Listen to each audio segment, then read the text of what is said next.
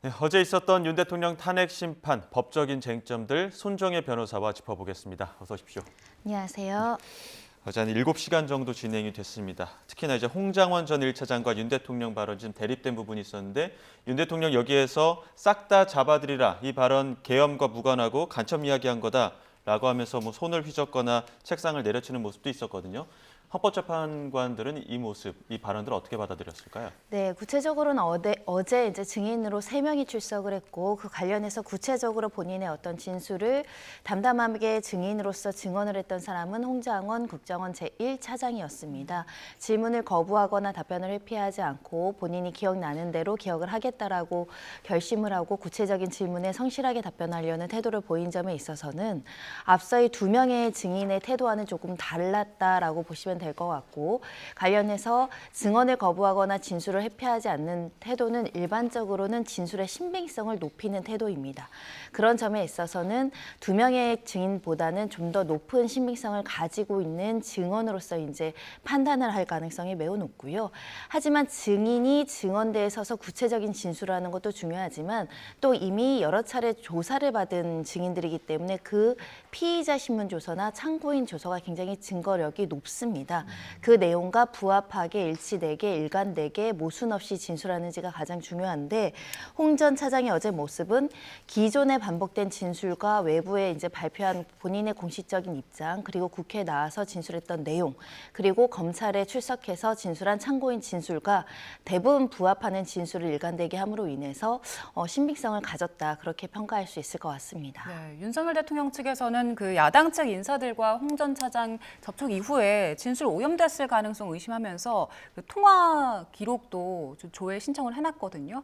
그런데 이게 통화 내용이 아니라 기록을 조회하는 거잖아요. 이것도 법정에서 좀 효력이 있습니까? 그러니까 통화 내용, 그러니까 누구와 어떤 내용으로 메시지를 주고 받았는지 그리고 어떤 내용으로 했는지는 확인할 방법이 없고 통화 기록 자체 그러니까 몇 월 며칠 어떤 번호와 어떻게 통화를 했는지를 확인하는 사실조회 절차를 진행을 했다. 다만 어제 증인신문 전까지는 사실조회 내용이 확인되지 않기 때문에 이 변호인 측, 피청구인 변호인 측에서 언제 누구랑 통화한 사실이 있지요? 이런 구체적인 질문은 나오지 않았습니다. 그렇기 때문에 어제 반대신문을 통해서 홍장원 1차장에 대한 진술의 신빙성을 탄핵하기 위한 여러 가지 질문 중에 이 야당의 특정 누구와 대화를 했는가, 야당의 누구와 밀정의 어떤 관계가 있는지에 대해서는 구체적인 반대신문은 나오지 못했던 상황이다. 이렇게 말씀드릴 수 있고요. 또 그렇게 하기가 좀 어려운 것이 여러 가지 근거가 제시되지 않는 한 누구와 누구를 모의해서 허위 진술을 지어냈다거나 허위 진술을 언론을 통해서 브리핑했다라는 그 진술 자체도 굉장히 위험한 반대신문이 진행될 가능성이 있었기 때문에 구체적인 질문보다는 기존의 홍장원 차장이 언론과 인터뷰를 하거나 다른 곳에서 이야기한 부분 중에 불일치하는 사실관계 오류를 지적하는 형식으로 반대신문이 진행됐던 것으로 기억하고 있습니다. 네. 자, 구속 기소된 이진우 전 사령관은 어제 중요 질문들에 대체로 답변을 하지는 않았습니다. 당시의 상황 한번 직접 들어보겠습니다. 증인 12월 17일 조사 당시에 검찰에서 대통령이 4명이 들어가면 1명씩 드러낼 수 있지 않냐? 안에 있는 사람 끌어내라 라고 하셨다고 진술하신 적 있으시죠? 답변 드리지 않겠습니다. 이회 조사 당시에도 대통령이 4명이 1명씩 들고 나올 수 있지 않냐라는 말을 기억하고 그 말을 듣고 제 마음이 좋지 않았습니다 라고도 진술했죠. 답변 드리지 않겠습니다. 증인은 검찰에서 제가 말씀드린 2번뿐만이 아니라 거의 모든 조사에서 대통령의 3번 통화에 대해서 그리고 그 통화의 구체적인 내용에 대해서 일관되게 답변을 하였는데 이 부분에 대해서 인정하는 것이 어렵습니까? 그 부분도 답변 드리지 않겠고 저희 재판에 있을 때 그 부분은 다툴려지가 많습니다. 지금 보고 오신 것처럼 주로 이제 답변하지 않는 태도로 일관했었는데 그러면서 이제 불행한 군인이라는 평가에는 발끈한 듯 어떤 다른 발언들도 하긴 했거든요. 이러한 모습을 어떻게 보셨습니까? 네, 불행한 군인이라고 표현하는 것은 본인의 어떤 군인의 명예에 적합하지 않기 때문에 군인의 명예로서 이것을 어떤 예를 들면 누군가의 명령을 받아서 이렇게 이제 형사 재판까지 받게 되는 불우한 처지에 대한 강조이기 때문에 반발을 했던 것으로 보이고요. 전체적으로는 불행한 구인이 주된 증인신문의 요점은 아니었던 것으로 보이고, 다만 관련해서 증인들이 현재는 실체 진실을 밝히는 데 가장 중요한 위치에 있음에도 불구하고 또 다른 측면에서는 본인들도 구속돼서 형사 재판을 받는 부분에 있어서는 불리한 진술을 통해서 이 헌법재판소의 증인의 증인의 내용이 내 재판에 불리하게 해석될 가능성이 있다 보니 증언대에서 적극적으로 증언을 서지 못하는 모습을 보였고 예측되는 부분이었습니다. 비교를 하자면 김용현 전 장관 같은 경우는 오히려 피청구인 측 질문에 대해서도 굉장히 적극적으로 임함으로 인해서 대통령 측의 주장을 보완하거나 강조하거나 대통령의 뜻대로 이제 적극적으로 진술을 한 반면 이 두 명의 사령관에 대해서는 그 부분보다는 적극적이진 않았지만 소극적이나마 대통령의 계엄 선포가 위법하다고 생각하지 않았다던가 또는 그 당시에 그것을 판단할 위치에 있지 않다던가 함으로 인해서 본인이 받는 내란에 대한 어떤 중요 임무 종사자라는 혐의에 대해서 일부 대답을 회피하거나 관련된 부분에 대해서 본인의 억울함, 그러니까 우리는 위법한 명령이라고 생각하지 못했기 때문에 명령을 수행하는 위치에 있었을 뿐 그 자체가 위헌이거나 위법임을 인지하지 못했다라는 고의를 부인하는 형식 정도의 대답만을 했다, 이렇게 평가할 수 있을 것 같습니다. 예. 그리고 대통령의 체포 지시 여부와 관련해서도 검찰 공소장의 내용과 엇갈리는 증언이 나왔는데요. 여인형 전 사령관의 이야기 들어보겠습니다. 혹시 명단을 받으신 적 있나요? 14명 정도? 제가 장관님으로부터 지시를 받은 사항이 있고 그 사항을 제가 이해해서 제 부하에게 얘기한 것이 있고 조지호 경찰청장님과는 통화한 적이 있습니다. 네. 정치인 15명 정도를 체포할 것인데 경찰에서 위치를 좀 확인해달라 이렇게 요청하신 사실 있나요? 저는 조지호 청장에게 두 가지를 협조 요청한 것으로 기억을 하고 있습니다. 첫 번째는 법령과 작전 계획에 따라서 합동수사본부가 구성이 되어야 하니 경찰 인력을 좀 보내주세요. 두 번째는 그 특정 명단에 대해서 저희들이 위치를 알 방법이 없으니 위치 파악을 좀 요청합니다. 이것이 제가 기억하는 바입니다. 특정 명단을 이렇게 알려줬나요? 뭐 명단에 대한 구술은 있었지만 그 부분이 조지호 청장이 기억하는 것도 다르고 제가 기억하는 것도 다르고 해서. 네, 여인형 전 사령관 그 명단에 대해서 위치를 알 방법이 없으니 위치 파악을 요청했다. 그리고 그 명단에 대한 구술이 있었는데 조지호 청장이 진술하는 것과는 좀 다르다. 그래서 그 조지호 청장의 입장도 좀 들어봐야 한다, 이런 취지로 들리거든요. 근데 조지호 청장 전 4차 변론 때는 불출석했잖아요. 이런 경우에는 신빙성 어떻게 따질까요? 네, 다시 조지호 청장에 대한 증인 신청에 대한 신청서가 들어가 있기 때문에 채택 여부는 향후에 이제 판단이 될 것 같습니다. 중요한 증인 중에 한 명이기 때문에 나와서 직접 헌법재판소에서 증인으로 선서를 하고 진술할지는 조금 더 지켜봐야 될 것 같은데요. 주된 증인들 사이에 다소 사실관계에 불일치되는 부분이 있습니다. 이런 부분은 결국은 재판관이 객관적으로 드러난 정황과 사실관계를 종합해서 그리고 주요 공범들과 법정에 서지 않았지만 참고인이나 주요 재판의 증인으로 나와서 증인신문을 한 그 조서의 내용들을 종합적으로 신빙성을 따지게 되는 것인데요.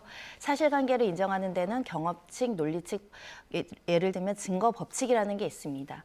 그러니까 한 사람의 증언만으로 어떤 사실관계를 판단하는 것이 아니라 그 사람의 진술의 맥락이라든가 이 사람이 진술로서 받아야 될 불이익이라든가 또는 이 허위 진술을 할 동기가 있는지 여부, 그리고 이 사람으로부터 직접 들은 자와 이 사람의 말이 불일치하거나 일치하는가, 그리고 객관적으로 표출된 사실관계가 이 진술을 뒷받침하느냐, 그리고 통화 내용, 문자 내용, 관련된 보고 내용을 모두 종합하기 때문에 한 사람의 진술만으로는 진실을 가리지 않는 것이 통상입니다. 왜냐하면 많은 피고인, 피의자, 증언 모두 다 법정이나 수사기관에서는 자기를 방어하기 위해서 한 가지의 사실관계를 축소하거나 왜곡하거나 또는 적극적으로 허위 진술을 하는 경우가 왕왕 있기 때문에 결국은 종합적인 판단이 필요한 상황이다라고 생각합니다. 네, 어제 5차 변론 기일 두고 그 3명의 핵심 증인들이 나오기 때문에 이번 윤석열 대통령 탄핵 여부를 가를 핵심 분기점이 될 수도 있다, 이런 전망들 많았거든요. 어제 이야기 쭉 들어보시고는 이런 중요한 분기점이 될 것 같습니까?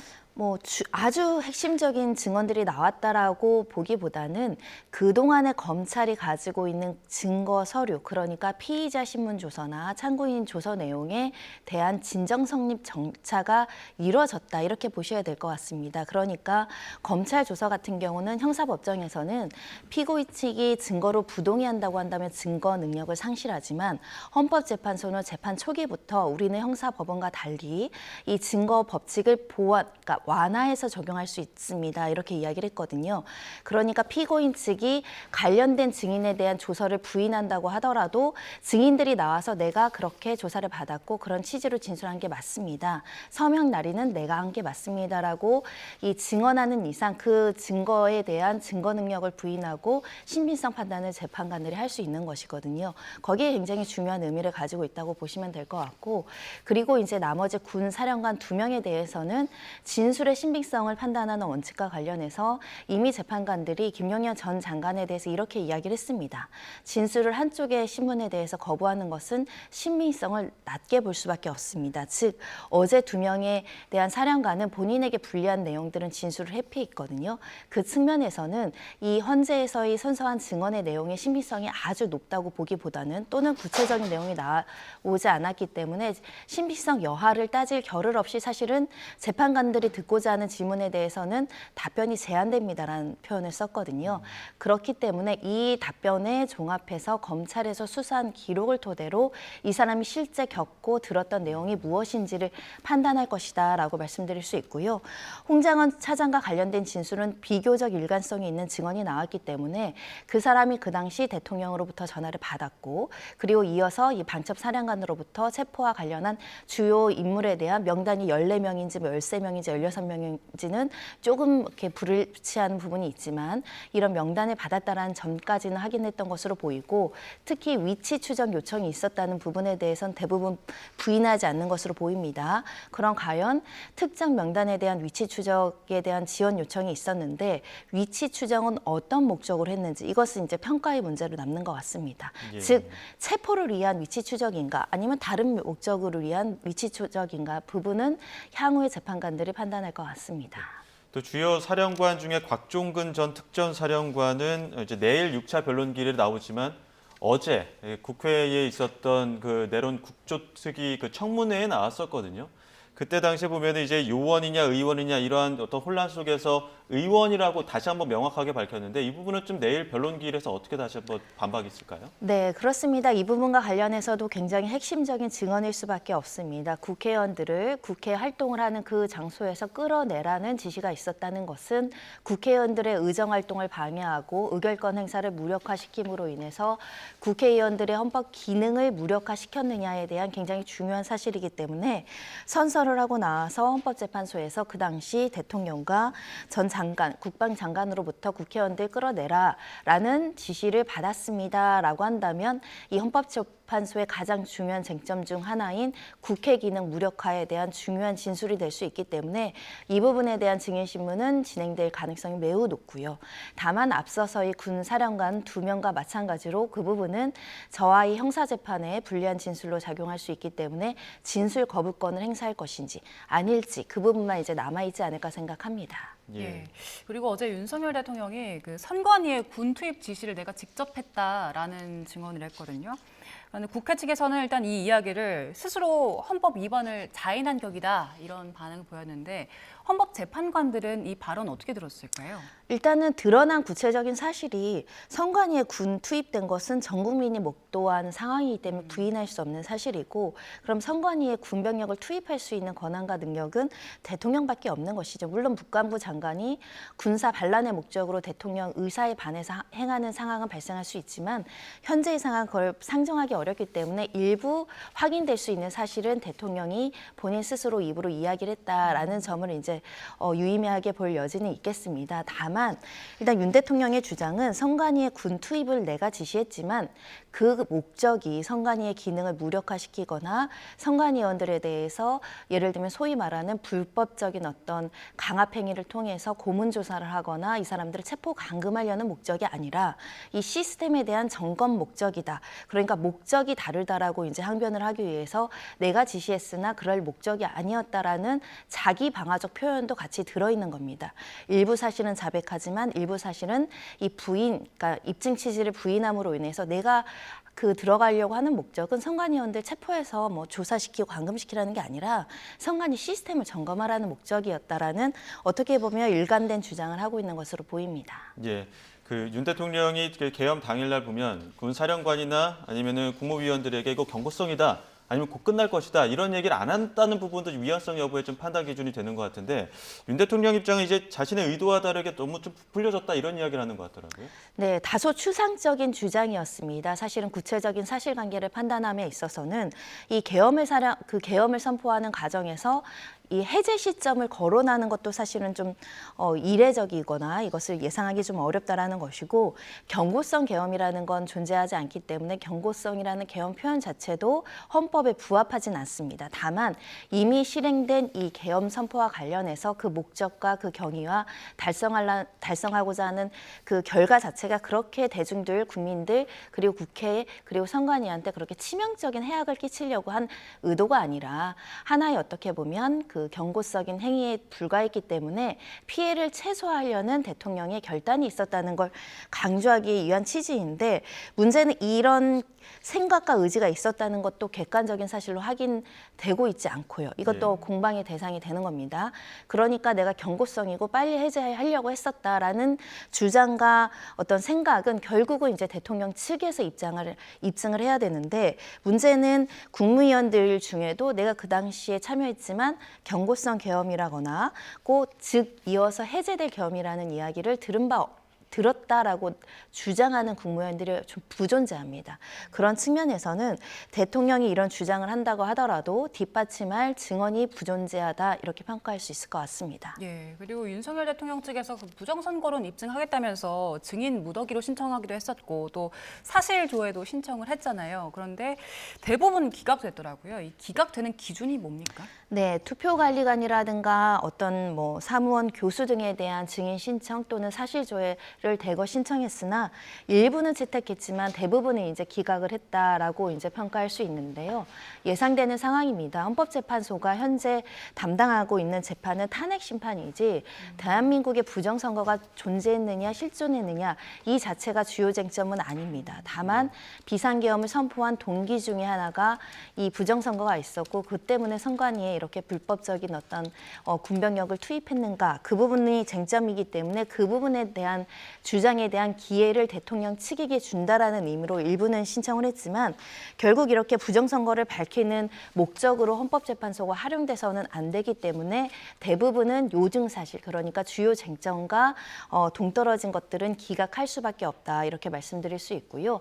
즉 부정선거와 관련한 재판과 수사는 다른 절차로 진행할 수 있겠고, 과거에도 수차례 수사나 또는 수십 번, 수백 번 가까운 법원의 판단이 있었기 때문에 대통령 측에서 적극적으로 부정선거에 대한 정황을 이제 밝혀야 되는 상황이지, 헌법재판소의 공권력, 그러니까 법원의 권능을 활용해서 사실조회나 뭐 문서 제출 명령이나 증인 신청 절차를 통해서 이 부분을 반박할 만큼의 시간이 주어지지 않는다 이런 측면입니다. 예, 지금 20일부터 또 형사재판 시작하니까 탄핵심판 주 2회, 형사재판까지 하면 주 3회인데 그렇기 때문에 윤 대통령 측에서는 탄핵심판 주 1회로 좀 줄여달라 이런 얘기를 했는데 이 부분은 재판부가 받아들일까요? 이미 재판부에서 앞서서 모두 평의에서 숙고했으나 주 2회 하겠다, 선례가 있다 이렇게 이야기한 만큼 주 1회로 다시 변경할 가능성은 없습니다. 어제도 증인신문 3명에 대한 신문 절차를 보셨지만 변호인이 한 명이 아니고 다수의 변호인이 담당해서 증인신문에 대해서 각자의 반대신문이나 주신문을 준비하고 있고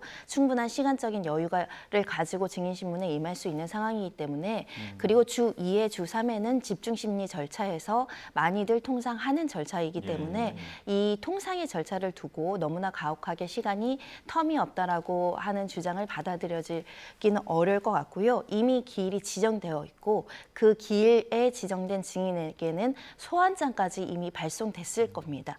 그런 만큼 이것을 다시 일정을 조정해서 다른 날짜에 다시 소환 보내기는 어려운 상황이기 때문에 받아들여질 가능성은 낮다고 생각합니다. 네, 내일 6차 탄핵 그 변론기일은 10시부터 시작이 되고 증인 3명이 나오는데요. 증인을 좀 보겠습니다. 증인이 국회 측에서 신청한 곽종근 전 사령관, 그리고 김현태 특전사 707 특수임무단장, 그리고 박춘섭 대통령실 경제수석 이렇게 3명이 나오거든요. 이 3명 각각 어떤 점이 쟁점될까요?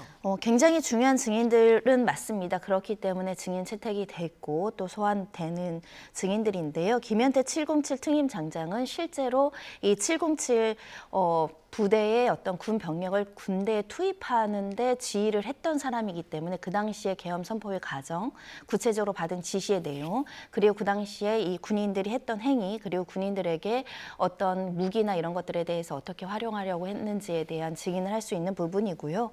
과거에 본인이 기자회견을 통해서 김용현 전 장관에게 우리 707이 이용당했다라는 취지로도 주장을 하면서 그 당시 국회의원들이 150명이 되면 안 된다, 이런 구체적인 지시를 받은 사실을 언론을 통해서 공개한 바가 있었습니다. 이런 구체적인 사실에 대해서 헌법재판소에서 증인신문 절차를 통해 이 부분을 밝히는 것이 굉장히 중요한 절차가 될 것이고, 다만 윤 대통령 측에서 신청한 증인입니다.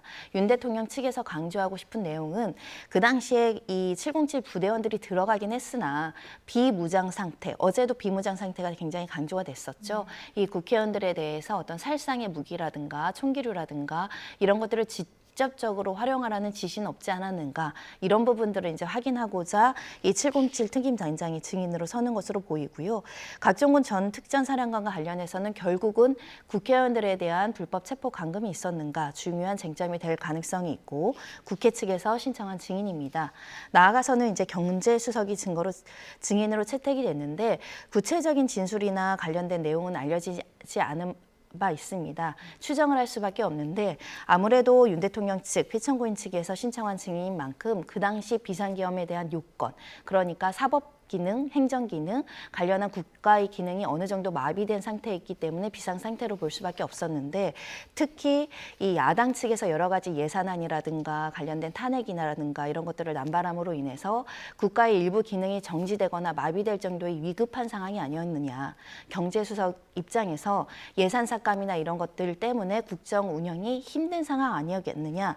이런 취지의 사실을 이제 물음으로 인해서 비상계엄의 정당성, 그리고 대통령이 판단 중에는 일부 이런 근거가 존재한다라고 주장하기 위한 증인으로 해석할 수 있습니다. 예, 보통 이제 언론이나 법조계에서는 윤 대통령이 법적으로 내밀 수 있는 카드가 구속적 부심 아니면 보석 청구일 것이다, 이렇게 예측을 했었는데 구속 취소로 선고했거든요. 이건 어떤 배경이 있다 보십니까? 구속 취소는 법 조항에 이렇게 되어 있습니다. 구속 사유가 소멸했거나 구속 사유가 없어진 경우에 이렇게 구속 취소할 수 있다라고 되어 있는데요. 윤 대통령 측에서는 이 구속영장과 관련해서 이 구속 기간이 지났다라는 주장을 하고 있고, 또 구속 사유가 없다라고 주장하는 것으로 알려지고 있습니다. 일단 구속 사유로 알려진 것은 구속영장 발부 판사가 증거인멸 가능성이 있었다, 이렇게 이제 판단했기 때문에 결국 중요한 것은 구속 사유로 알려진 증거인멸 가능성이 현재 소멸했는가, 이게 이제 중요한 쟁점이 될 가능성이 있으나 현재 구속영장이 발부된 상황과 현재 상황이 크게 달라지지 않은 점에 있어서는 증거인멸 가능성이 전혀 없다라는 판단이 법원에서 나오기는 좀 어려운 상황이 아닐까 생각이 들고요. 일단은 구속 시간이 지났다라는 것은 다수의 이제 수사기관이 계산을 해서 구속영장 기간이 지나지 않은 상태에서 기소를 했기 때문에 이 점 역시 구속기간 내에 기소를 했다라고 평가하는 것이 맞지 않을까라는 생각을 하지만, 결국은 이제 구속 취소 결정은 법원이 결정하는 것이긴 만큼 법원에서 신속하게 판단하지 않을까, 다음 주 중에는 결론이 나오지 않을까 합니다. 예. 그리고 어제 민주당 이재명 대표 측에서는 선거법 2심 법원에 위헌 법률 심판 제청을 신청했는데 이런 내용입니다.